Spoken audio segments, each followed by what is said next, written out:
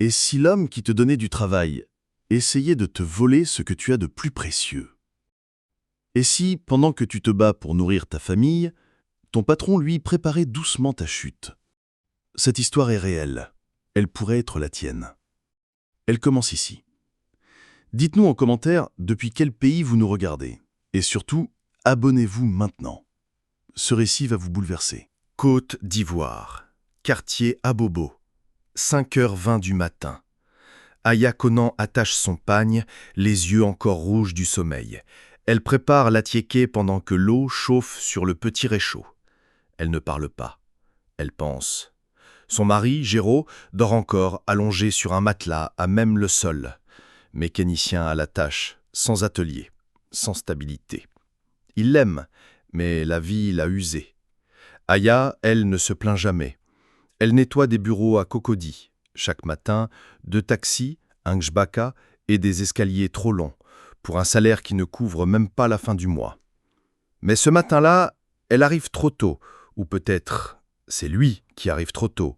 Patrick Dago, le patron, PDG de Dago Translog. Cravate droite, chaussures italiennes, marié, intouchable. Il entre dans son bureau. Elle est là, en train de balayer la moquette. Il la regarde, longtemps. Trop longtemps. Elle baisse les yeux. Il s'approche. Patrick, voix douce, calme. « Vous êtes nouvelle ?» Elle hoche la tête. Il sourit. Un sourire qui ne dit rien, mais qui commence tout. Ce jour-là, quelque chose change. Dans le silence, dans le regard. Un début d'histoire invisible. Une histoire qu'Aya n'a pas demandée. Une histoire qui va tout bousculer. Mais pour l'instant, elle ne sait rien. Elle retourne à son chiffon. Elle pense au riz à acheter le soir, elle pense à Géraud, elle pense à sa fille, elle ne pense pas au patron. Mais lui, il pense déjà à elle. C'est comme ça que tout commence. Quelques jours après leur premier échange, Patrick Dago commence à s'immiscer doucement dans le quotidien d'Aya. Pas avec des mots crus, pas avec des gestes déplacés, non, avec des attentions subtiles, des phrases polies, des regards prolongés, des silences calculés. Il lui offre un café un matin. « Tu es toujours ponctuel, dit-il. » Elle ne sait pas comment refuser. Elle prend le gobelet, baisse les yeux, dit merci. C'est banal, mais c'est une ouverture. Le lendemain, une enveloppe attend Aya dans son casier. À l'intérieur, 300 000 francs CFA. Aucune note, aucune explication. Juste l'argent. Chez elle, Géraud s'énerve pour une ampoule grillée. Il n'a gagné 1 franc depuis 2 jours. La petite pleure. Il n'y a plus de lait. Et dans le sac d'Aya, il y a de quoi résoudre tous les problèmes. Elle hésite. Elle regarde la lettre. Elle ne dit rien, mais elle ne rend pas l'argent non plus. Le lundi suivant, elle ne nettoie plus les toilettes. Patrick l'a transférée dans un autre service. Assistante personnelle du directeur général. Nouveau badge, nouveau bureau, nouveau regard de tout le monde. Les collègues chuchotent. Les secrétaires la regardent de travers. Certains hommes la saluent trop doucement. Les femmes, elles, l'ignorent déjà. Aya commence à changer de tenue, plus chic, plus moderne. Pas vulgaire, mais plus visible. Son pagne traditionnel est rangé dans une armoire. Il prend la poussière. Un soir, Patrick lui propose un dîner professionnel. Pas dans un grand restaurant, non, dans un petit lounge discret, éclairé à la bougie. Il parle peu. Il écoute. Il l'observe. Il ne la touche toujours pas, mais il lui raconte son enfance, ses douleurs, ses regrets. Il laisse des blessures ouvertes sur la table. Et dans l'esprit d'Aya, quelque chose bascule. Ce n'est plus son patron. C'est un homme fragile, un homme différent des autres. Elle ne rentre pas tard ce soir-là. Mais quand elle arrive, Géraud l'attend dans le salon. Il la regarde, longuement. Il voit sa nouvelle robe. Il voit qu'elle a souri à quelqu'un d'autre. Géraud, voix basse. Aya, tu fais quoi là? Elle ne répond pas. Elle va dans la chambre. Elle enlève ses boucles d'oreilles.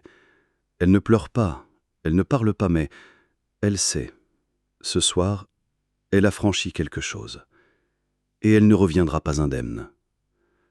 Le seuil est passé, le piège est en place, et le sol commence doucement à s'effriter sous ses pieds. Aya arrive désormais chaque matin dans une voiture de fonction. Chauffeur silencieux, siège cuir, vitres teintées. Elle traverse ces quartiers pauvres sans regarder dehors. Dans les bureaux de Dago Translog, on ne murmure plus. On l'accuse en silence. On sourit devant elle. On l'écorche dans son dos. Patrick est toujours calme, toujours poli. Mais il ne cache plus son intérêt. Il passe derrière elle, frôle son épaule. Il lui fait porter ses dossiers. Il lui dit « Tu es mon calme dans la tempête ». Un après-midi, elle reçoit un appel anonyme, une voix de femme, rapide, sèche. « Tu crois qu'il t'aime? Tu crois que t'es la seule? Va voir le dossier Rosa 2019 dans ses archives. » Aya raccroche. Elle hésite, mais elle fouille. Elle trouve et elle lit. Photo, contrat, courriel. Une autre femme.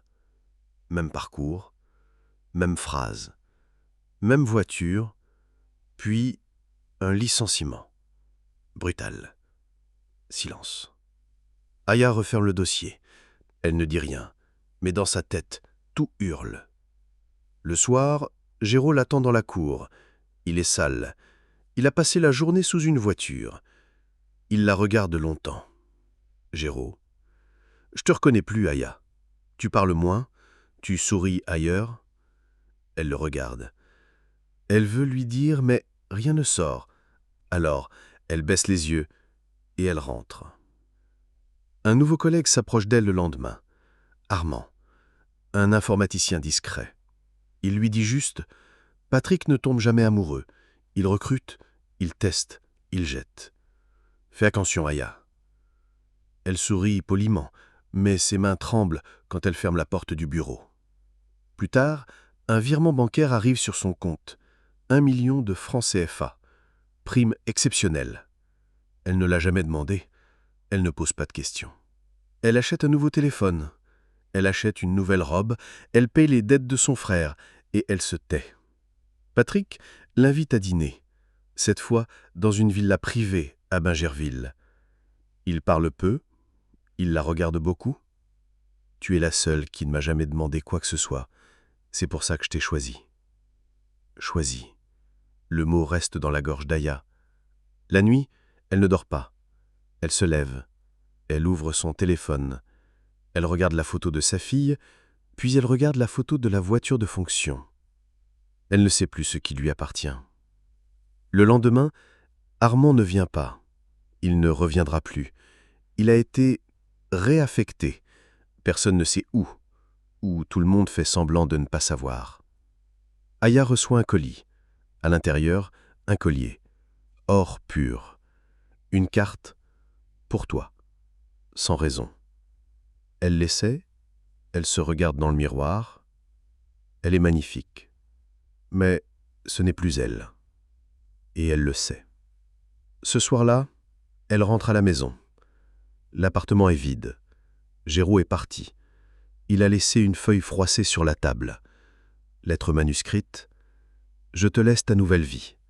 Moi, j'ai pas les moyens de rivaliser avec le diable. » Aya tombe à genoux. Elle crie sans bruit. Elle pleure. Mais trop tard. Le prix est déjà payé. Depuis le départ de Géraud, l'appartement est silencieux. Trop propre. Trop froid. Aya vit seule dans ce luxe qui ne lui appartient pas. Les rideaux tombent lentement. Les plats restent pleins. Les miroirs deviennent ses ennemis. Elle les évite. Elle vit en robe, mais le cœur en haillons. Une nuit, elle fait un rêve. Sa mère lui apparaît, vêtue de blanc, debout sous un manguier. Elle lui parle doucement, les yeux pleins de larmes. Voix de la mer dans le rêve. Ce que tu vis n'est pas l'amour, c'est une cage parfumée. Tu t'es oublié, Aya. Tu t'es perdu dans les murs d'un homme. Elle se réveille en sursaut. Il est 4h42. Elle respire mal. Elle pleure sans bruit. Pour la première fois, elle a peur d'elle-même. Le lendemain matin, Patrick part en voyage d'affaires. Il oublie son ordinateur allumé. Aya entre dans le bureau. Un dossier est ouvert. Elle lit. Des noms, des visages, des commentaires, des scores, des photos d'autres femmes, d'autres Aya, avant elle, après elle. Elle est un fichier parmi d'autres, un projet, une cible, une expérience, un numéro. Elle tombe à genoux, larmes brûlantes, mains tremblantes. Il ne l'aimait pas, il l'étudiait. Elle quitte le bureau sans prévenir. Elle traverse Cocody à pied, robe froissée, cheveux décoiffés. Elle prend un taxi pour Abobo. Le quartier l'accueille comme un miroir brisé. Elle frappe à la porte d'une voisine, une vieille tante. On lui dit que Géraud est parti à Daloin avec leur fille pour tourner la page.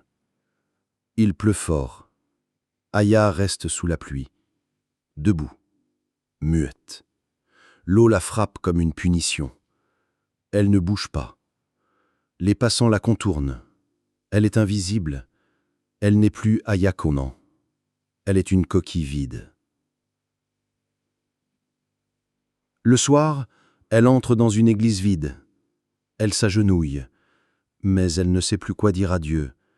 Elle reste là, tête baissée, respiration courte, comme une enfant perdue. Patrick la retrouve là, comme s'il l'avait suivie. Il marche doucement. Il s'approche. Il murmure « Tu es spéciale, Aya. Je ne t'ai jamais menti. Ce que je ressens est réel. Tu es différente. C'est pour ça que je t'ai choisie. » Elle se lève lentement. Elle le regarde. Et pour la première fois, elle le gifle. Aya, voix cassée. « Tu m'as volé. Pas mon corps. Mon silence. Mon cœur. Mon respect. Tu ne m'auras plus. » Elle sort. Elle marche jusqu'à la lagune. Elle jette son téléphone, ses bijoux, sa montre, sa carte bancaire.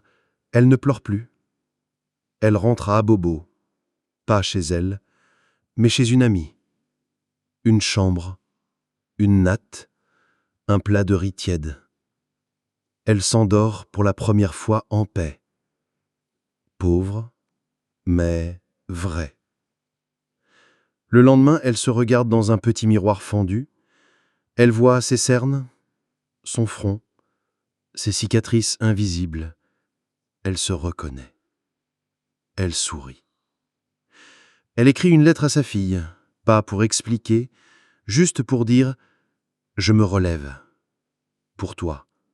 Pas pour revenir, pour reconstruire autrement. Quand tu seras grande, tu comprendras. » Puis le téléphone sonne, c'est Armand. Armand au bout du fil. « Aya, je suis à Corogo. On monte un centre pour femmes, pour celles qui ont vécu ce que toi t'as traversé. Tu veux en être ?» Elle regarde le plafond. Elle ferme les yeux. Elle répond calmement. « Oui, j'arrive. » Le car pour Corogo traverse des paysages que les riches d'Abidjan ne verront jamais. Des champs vides, des enfants pieds nus, des regards francs. Aya regarde par la vitre. Le pagne simple qu'elle porte flotte sur ses jambes. Pas de maquillage, pas de bijoux, juste elle. Enfin, elle. L'ONG d'Armand est modeste. 3 pièces, des chaises en plastique, des ventilateurs qui grincent. Mais ici, on l'écoute. Ici, elle n'est pas décor, elle est ressource. Elle commence comme aide administrative, puis traductrice, puis formatrice, puis confidente. Des femmes arrivent, brisées, comme elle. Peut-être pire encore. Aya ne raconte pas son histoire. Pas encore.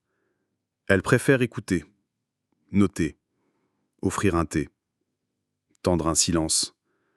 Et parfois, une main. Un soir, seule dans la petite chambre que l'ONG lui a prêtée, elle rouvre son carnet.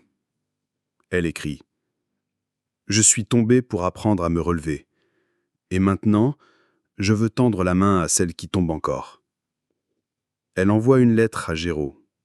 Pas pour reconquérir, juste pour dire pardon.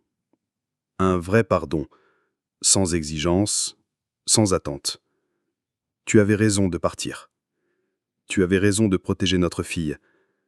Moi, je devais me perdre pour comprendre qui j'étais.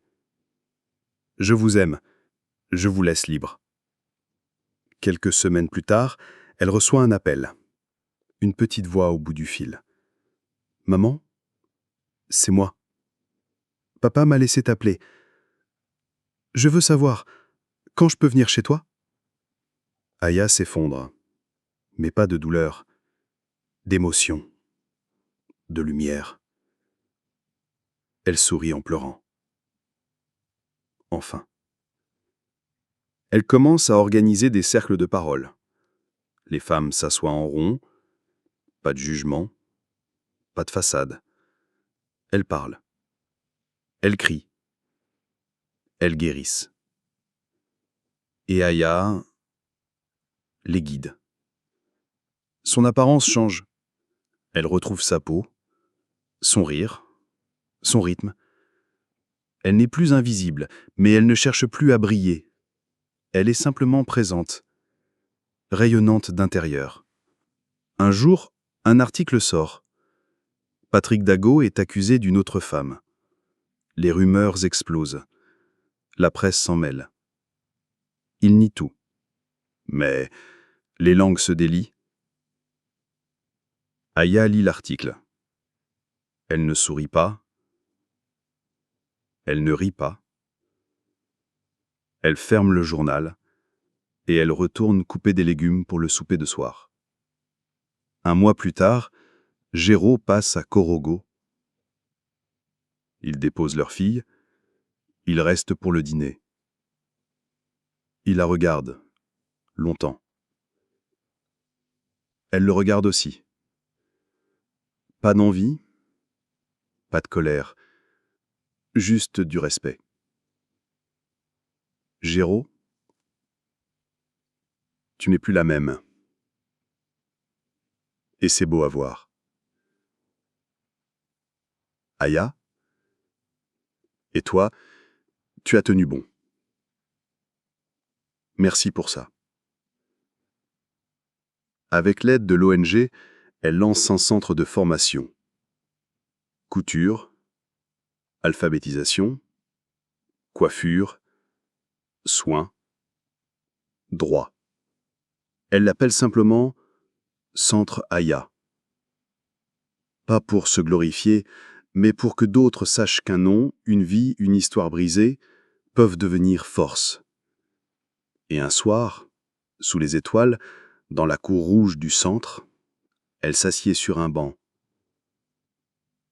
Elle regarde le ciel et murmure à elle-même « Je suis née 2 fois. La deuxième, j'étais consciente. » 1 an a passé. Corogo a changé Aya, ou plutôt l'a révélée. Elle n'est plus une survivante, elle est une semeuse. Chaque matin, elle ouvre les portes du centre Aya. Les femmes entrent, posent leurs sacs, leurs cicatrices, leur silence. Aya est là. Elle ne guérit pas, elle accompagne. Le centre a grandi. Une trentaine de femmes passent chaque semaine. Certaines fuient un mari violent, d'autres un patron abusif, d'autres encore leur propre silence. Aya leur apprend à parler, à respirer, à écrire, a refusé. Un jour, une chaîne de télévision locale arrive. Caméra, micro, stylo.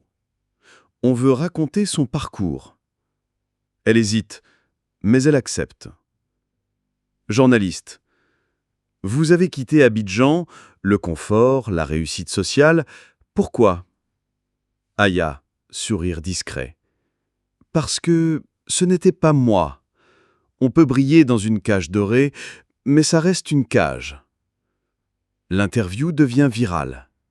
Les femmes de tout le pays commencent à écrire. Certaines viennent, d'autres appellent. Aya répond, une par une. Elle ne fuit plus la lumière, elle la redirige. Une lettre arrive, manuscrite, cachetée, reconnaissable. Patrick Dago. Elle lit la première ligne. « Je t'ai regardé grandir de loin. Tu es devenue ce que je craignais le plus, une femme libre. » Elle sourit. Elle brûle la lettre, en silence. Il ne mérite plus ses pensées. Un soir, elle lance un nouveau programme. 10 jours, 10 femmes, 10 témoignages. Elle l'appelle « Femme libre ». On y apprend à dire non, à poser des limites, à revendiquer sa vie. Pas contre les hommes, mais pour soi. Elle retourne brièvement à Abidjan pour une conférence. Université de Yamoussoukro. Sujet : leadership féminin et éthique. La salle est pleine, des visages attentifs. Aya entre, pagne royal, foulard noué, sourire paisible. Elle prend la parole, micro en main. Pas une note, juste son cœur. Aya, voix ferme, douce. Je ne suis pas ici pour vous raconter mon malheur. Je suis ici pour vous dire que le silence est une forme de mort et que se lever est une résurrection. Ovation. Debout. Longue. Aya baisse la tête. Les larmes oscillent. Elle ne vit plus pour survivre. Elle vit pour transmettre. Chaque femme qu'elle aide devient une nouvelle version d'elle-même. Un écho. Une sœur. Un matin, une jeune fille l'aborde dans la cour du centre. Timide, nerveuse. Jeune fille. Aya, moi aussi je veux devenir toi, un jour. Aya lui sourit, la prend dans ses bras. Aya, à voix basse, tu ne deviendras pas moi, tu deviendras toi, et ce sera déjà grand. Il est 6 heures du matin. Gorgoro s'éveille lentement. Les coqs chantent, le vent est doux. Aya balaie la cour du centre comme chaque jour. Un geste simple, un geste d'ancrage. Sur le mur en banco séché, une plaque gravée. Centre Aya, femme debout. Son livre est sorti depuis 3 semaines. Titre : J'ai dormi dans le luxe, mais je me suis réveillé dans la boue. Une phrase vraie, une phrase tranchante, une phrase qui est devenue slogan dans les marchés, les écoles, les taxis. Les appels n'arrêtent plus. Les femmes racontent, les hommes écoutent. Certains critiquent, d'autres comprennent. Aya, elle, ne réagit pas. Elle agit. Une lettre arrive, manuscrite, avec une écriture tremblante. Sa fille, 10 ans. Une voix douce dans l'encre bleue. « Maman, j'ai lu ton livre. Je comprends maintenant. Et je suis fière. Je veux devenir forte. Comme toi. » Aya serre la lettre contre sa poitrine. Elle ne pleure pas. Elle ferme les yeux. Et elle respire, longuement. Un jour, elle retourne à Abidjan. Juste une journée. Pour revoir là où tout a commencé. La ruelle d'Abobo, l'ancienne maison. La voisine est toujours là. Vieille femme. Souriante. Regarde-toi, tu n'as pas brillé pour rien. Tu as éclairé. C'est pas pareil. Aya sourit. Elle touche le mur. Elle ferme les yeux. Elle dit au revoir. À son retour à Gorgoro, elle organise une cérémonie simple. Elle plante un arbre, un baobab. Autour, les femmes formées, les enfants, les regards. Un panneau est fixé au pied de l'arbre. Nous avons souffert, mais nous avons poussé. Géraud revient, discret. Il vient déposer leur fille pour les vacances Il reste pour le dîner, pas en mari, en allié, en témoin. Géraud calmement. Tu t'es élevé sans te venger. C'est ça la vraie force. Merci. Pour tout. Aya lui sert du riz. Pas de tension, pas de passé, juste un présent apaisé. Le soir, dans sa chambre, Aya écrit dans son journal. La dernière page. La dernière phrase. Je ne cherche plus la paix, je suis devenu la paix. Dernière scène. Elle s'assoit sous le baobab, un carnet à la main. Les femmes rient au loin, des enfants jouent, le soleil se couche lentement. La caméra s'élève. Le ciel d'Afrique s'ouvre au-dessus d'elle. L'histoire s'éloigne, mais le feu reste. Avant de partir, dis-nous en commentaire depuis quel pays tu nous regardes. Côte d'Ivoire, Sénégal, Cameroun, France, RDC? On veut savoir où cette histoire te touche. Et surtout, abonne-toi à l'Atelier de l'Histoire dès maintenant pour ne rater aucun épisode. Active la cloche, partage la vidéo et entre avec nous dans le cœur des récits africains vrais, puissants et bouleversants.